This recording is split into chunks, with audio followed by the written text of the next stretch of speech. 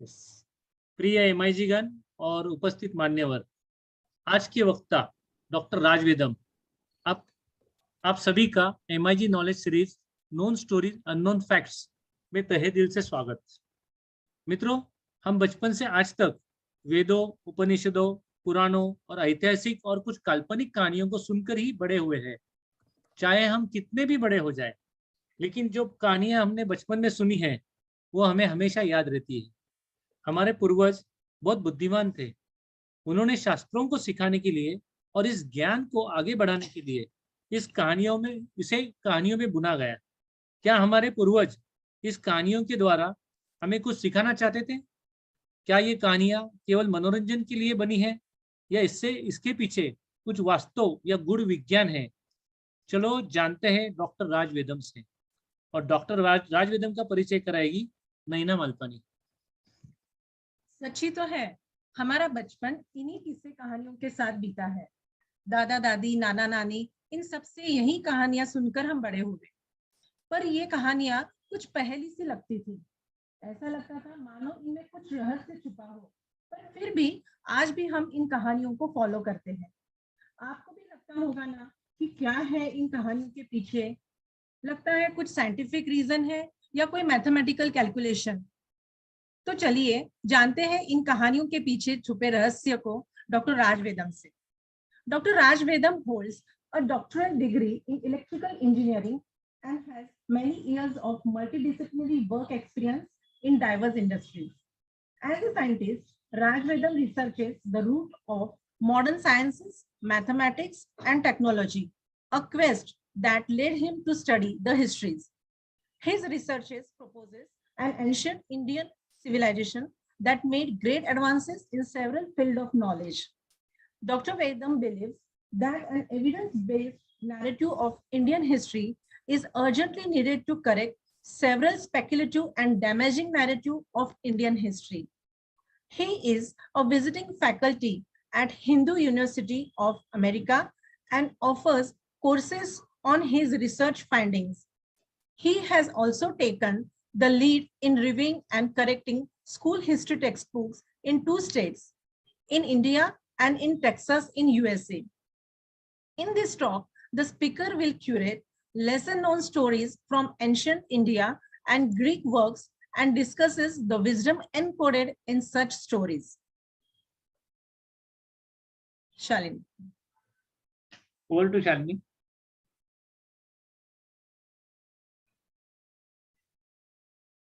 Shalini.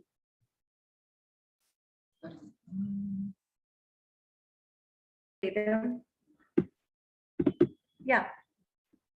Yes. Am I not audible? Yeah. Good evening, Dr. Vedam. Yeah. Thank you for inviting me. It's a pleasure to be here. It's a pleasure of ours completely to listen to you and learn more about our ancestral stories. So to begin with, I want to ask you that Dr. Vedam, do you really feel stories can simplify learning and help in deep understanding? Did our ancestors had a better understanding of human psychology? Can you share some of the stories which are used from centuries to communicate wisdom? So that's an excellent question, Shalini ji. So let me share my lot and hopefully you can see my screen by now. So the question is, why did our ancestors even do this kind of thing? So there's a lot of things that can be said about this. If you look at our contemporary times, is this not a familiar scene in many of the households in Pune today? Where our children, because of COVID, they can't go to school. They study on the internet and sit at home, the teacher's there and giving an instruction, and our little child is happily taking a nap. So we struggle to find a way of communicating information, wisdom, knowledge, and so on. And broadly, we call this pedagogy. So pedagogy is the way how we teach and so on.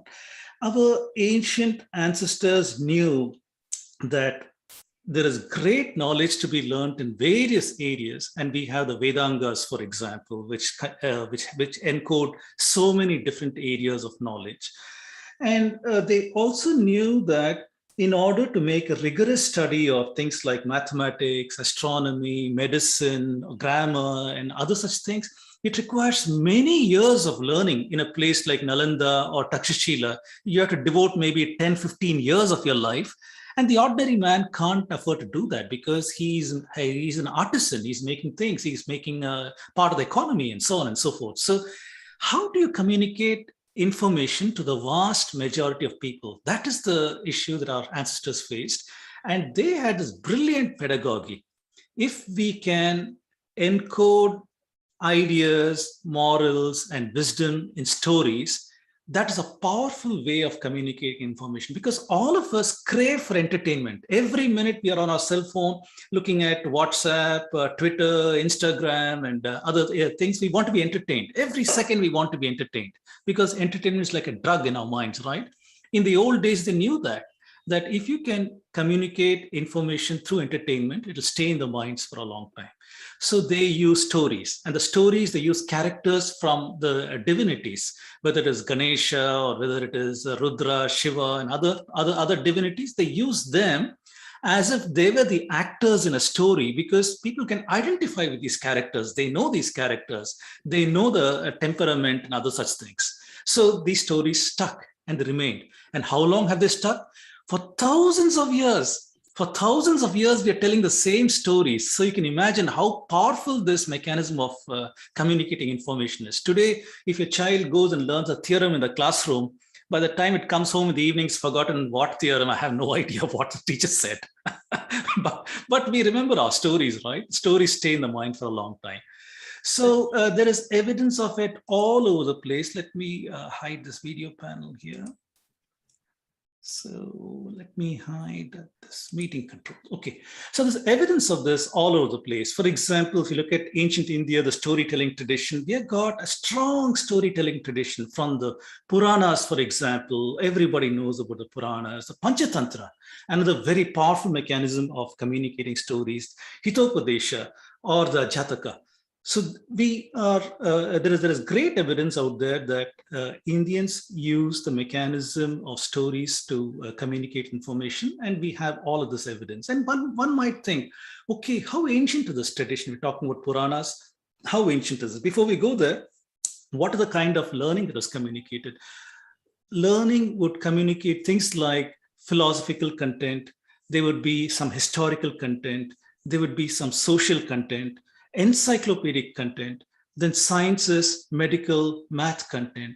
All of these things were encoded in stories, either formally or they were just presented as knowledge itself, like we see in the Siddhantas or other such works.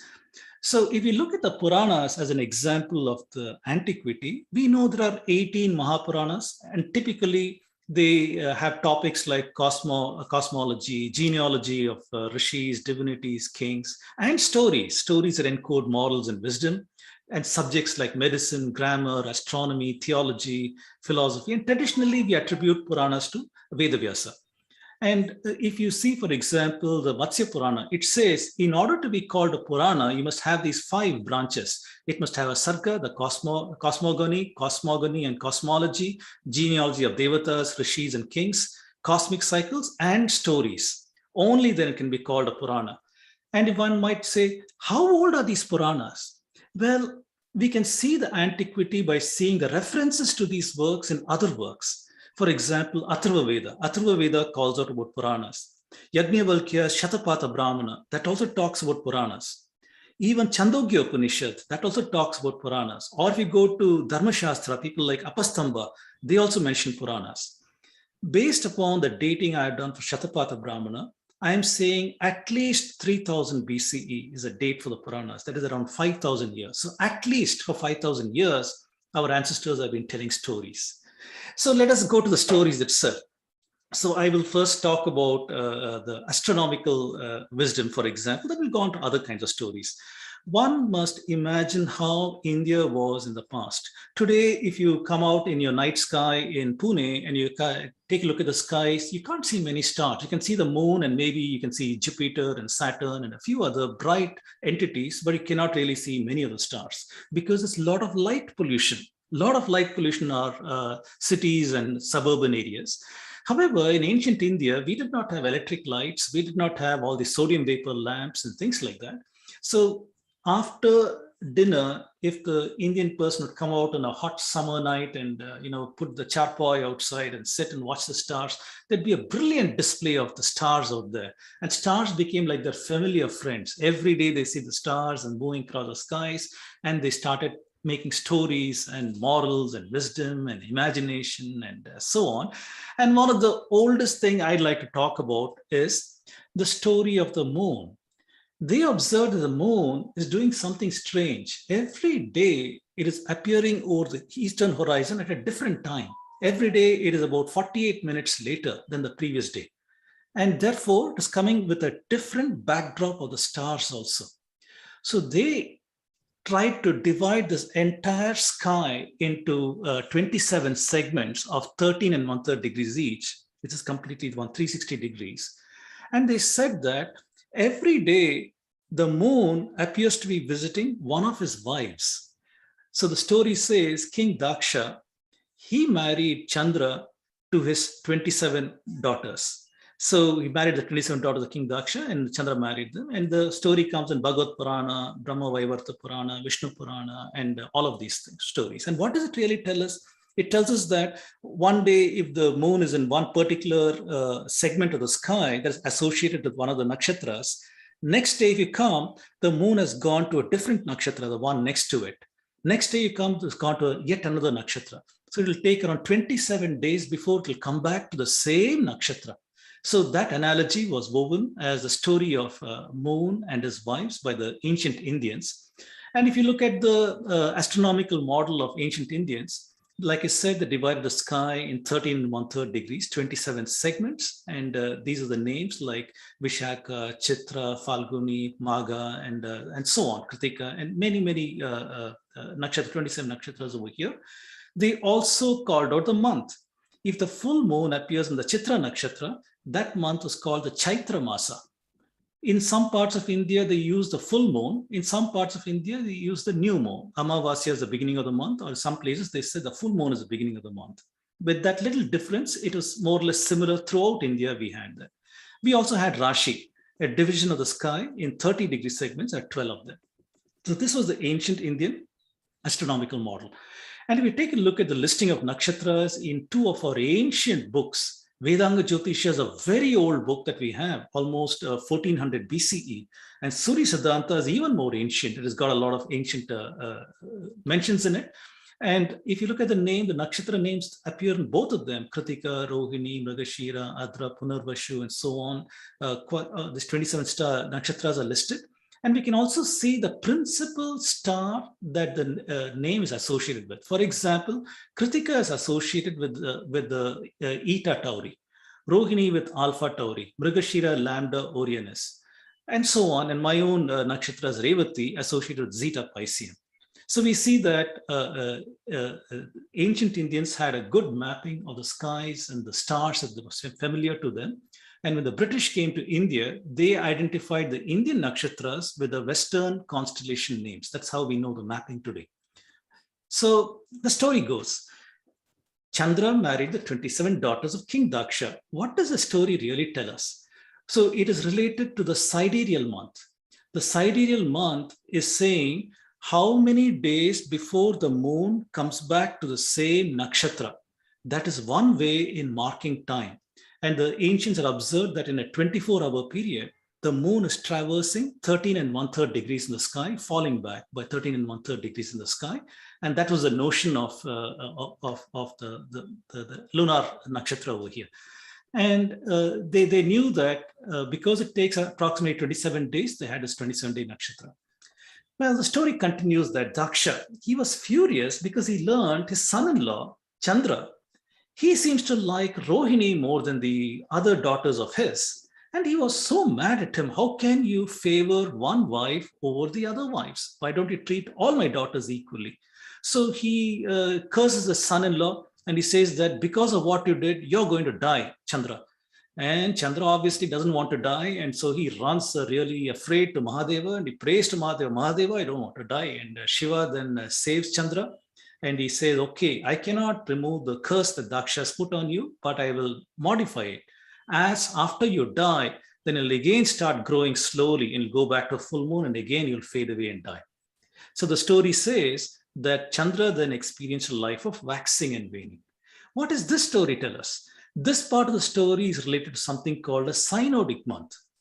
Ancient Indians knew that the moon takes approximately 29.5 days, let's say 30 days, to come back to the same tithi. Tithi means the phase of the moon.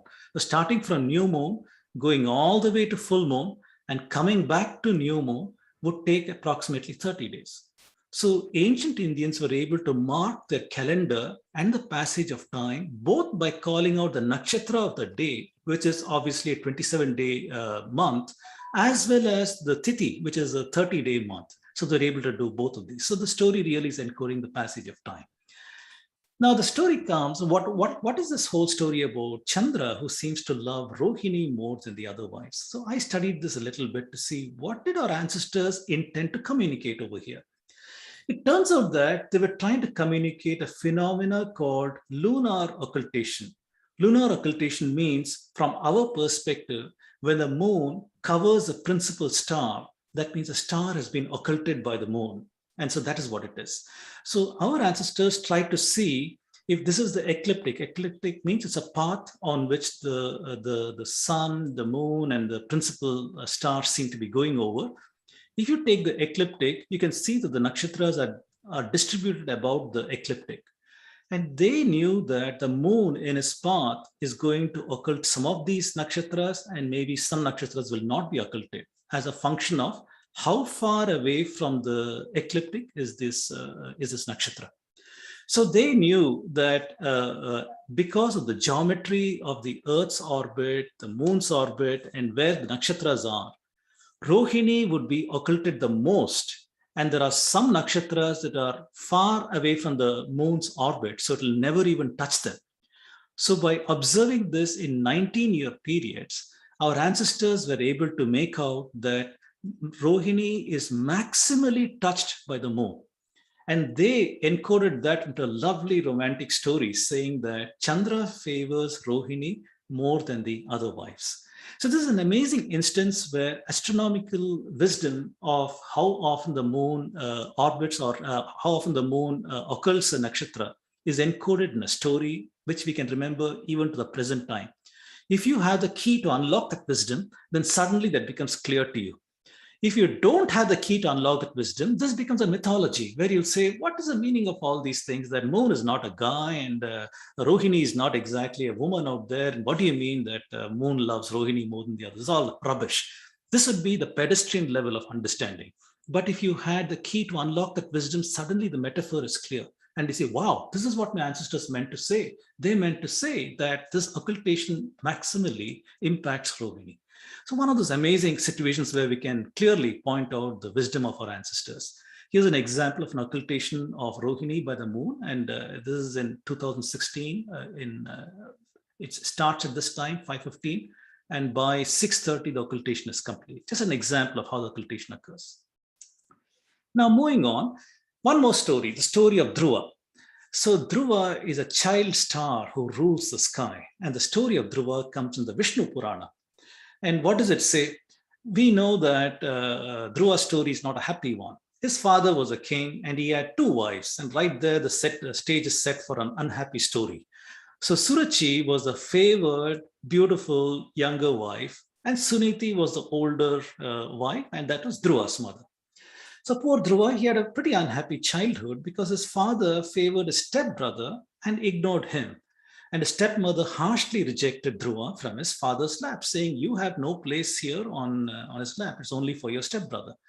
So Dhruva was very distraught and he was very sad. He goes to his mother and says, what is my place in this world and where should I go? And Suniti tries to console her son with a message about karma, about all of those kind of things. But Dhruva cannot be consoled. He's saying that, look, I'm going to seek Vishnu himself and ask him, what is my place in this universe?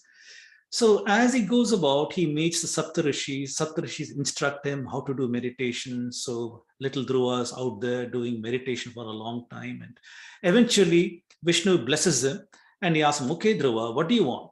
But by that time, Dhruva has become so enlightened. He no longer wants the things that he wanted when he left his father's house, and he wants nothing. And he's in a state of bliss.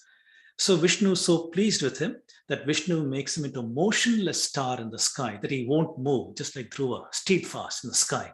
And he says, even the Saptarishi will go in pradakshina around you. This is the boon that Vishnu gives to Dhruva.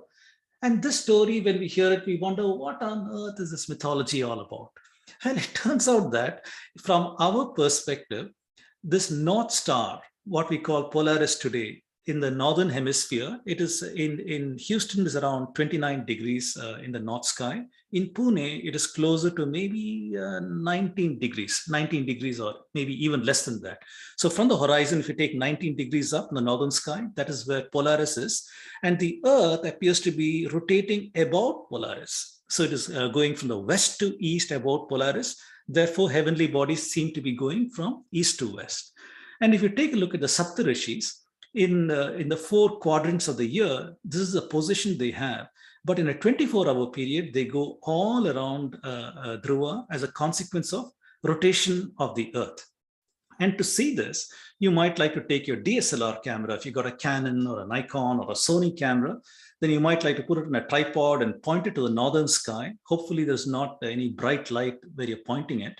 And keep the shutter open for a few hours worth exposure, and you're going to see this. Over here is an immobile star. Then you see these circles of the star trails. So as the Earth rotates, the stars appear to be doing something like this, and Dhruva is right over here.